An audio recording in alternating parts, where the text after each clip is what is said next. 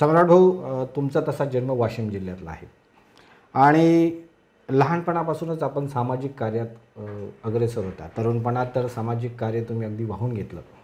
या समाजकार्याची सुरुवात नेमकी कशी झाली? खरं तर पहिला मुद्दा असा आहे की माझा जेव्हा जन्म झाला तेव्हा अकोला आणि वाशिम जिल्हा एक होता. बरोबर. त्यामुळे माझा जन्म अकोला जिल्ह्यातला आहे मूळचा. आणि वडील हे सार्वजनिक बांधकाम विभागामध्ये मैलकुली होते. त्यांचं मूर्तिजापूरला ते नोकरी करत होते. आणि ते करत असताना आई भाऊ आणि आमच्या परिवारामध्ये शिक्षण घेत असताना शिक्षण पूर्ण झाल्यानंतर मूळचा मुख्य व्यवसाय आमचा शेतीचा होता.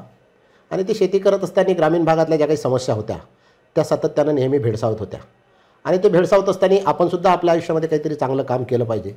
आणि हे करत असताना आपण काय करावं, तर त्या काळामध्ये मी जेव्हा शिक्षण पूर्ण झालं तेव्हा असं ठरवलं की शेतकऱ्याची चळवळ आपण राबवली पाहिजे. आणि कारण शेतकीमधून सगळे प्रश्न आपल्याला त्या ठिकाणी माहीत होते किंवा शेतीमध्ये खूप अडचणी आहेत. बरोबर. आणि मग शरद जोशी नावाचा माणूस हा त्या काळामध्ये शेतकऱ्यांचे प्रश्न घेऊन विदेशातून भारतात येऊन आपली चांगली मोठी नोकरी सोडून या ठिकाणी शेतकऱ्यांसाठी काम करतोय, ते एक कुतूहल मनामध्ये होतं. आणि म्हणून मग त्या ठिकाणी मी शरद जोशीच्या चळवळीमध्ये व शेतकरी संघटनेमध्ये सामील झालो. आणि तेव्हापासून सामाजिक चळवळीला माझी सुरुवात झाली आहे. एकंदरीत तुमची सुरुवात शेतकऱ्यांच्या संदर्भात, शेतकरीच असल्यामुळे शेतीच्या संदर्भातली चळवळ तुम्ही राबवली. परंतु माझा आता दुसरा असा प्रश्न आहे, सामाजिक कार्य तर तुम्ही खूप केलं आहे, कारण म्हणजे वाशिम जिल्ह्यात असेल किंवा मग अकोला जिल्ह्यात. अकोला जिल्हा ही कर्मभूमी तुमची आहे, तशी जन्मभूमी आहे, कारण जुना अकोला आणि वाशिम तसं होतं.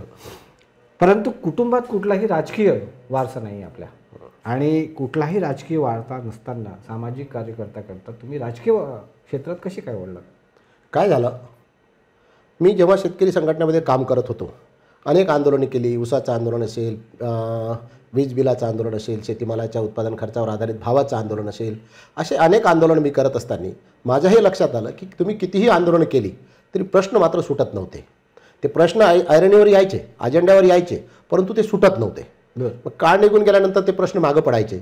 अशा परिस्थितीमध्ये हे प्रश्न का सुटत नाहीत, तर त्याच्या मागचं मुख्य कारण होतं की राजकीय लोकांमध्ये जो काही शेती संदर्भातला जो त्याला म्हणता येईल दुराभाव म्हणता येईल किंवा त्याच्या संदर्भातली त्यांची उपेक्षित भावना म्हणता येईल की शेतीच्या संदर्भात त्यांच्याकडे राजकीय लोकांकडे पाहण्याचा दृष्टिकोन हा वेगळा होता.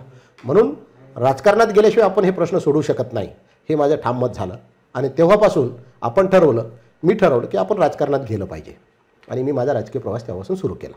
राजकारणात गेलात म्हणजे राजकारण सुरू, पण कुठल्या पक्षापासून सुरुवात केली, म्हणजे तुम्ही असं का? नाही, काय झालं, मी जेव्हा शेतकरी संघटनेच्या चळवळीमध्ये काम करत होतो तेव्हा सगळ्या लोकांचं, सर्वसामान्य माणसाचं किंवा ग्रामीण भागातल्या लोकांचं असं मत होतं की सम्राट भाऊ, तुम्हाला जर राजकारण करायचं असलं तर कुठल्या तरी पक्षामध्ये तुम्ही काम केलं पाहिजे, किंवा निवडून यायचं असलं तर पक्षाचा साथ असणं ही सर्वसामान्य माणसाची किंवा मतदाराची भावना होती. बरोबर. आणि मग चळवळ आणि राजकारण, चळवळीमधून तुम्ही राजकीय क्षेत्रात यशस्वी होऊ शकत नाही असं जेव्हा लक्षात आलं तेव्हा कुठल्या तरी पक्षाची आपण साथ घेतली पाहिजे.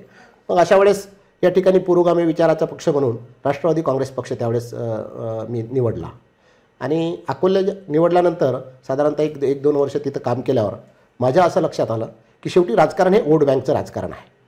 ज्याच्याकडे वोट बँक असेल तिकडे ते त्या राजकारणात तुम्हाला यश मिळते. बरोबर. तर एक दोन वर्ष काम केल्यानंतर असं लक्षात आलं की राष्ट्रवादी काँग्रेस पक्षाची वोट बँक आपल्या जिल्ह्यात तरी फार मोठ्या प्रमाणात नसल्यामुळे इथे वोट बँक ही वंचित बहुजन आघाडीची आहे. आणि पुन्हा राजकारणात काम करत असताना आपल्या त्यावेळेस राजकारणामध्ये जवळचा पक्ष, हक्काचा पक्ष असला पाहिजे, म्हणून राष्ट्रवादी काँग्रेस पक्षाच्या नंतर 2014मध्ये साधारणतः मी 13-14मध्ये वंचित बहुजन आघाडीमध्ये सामील झालो.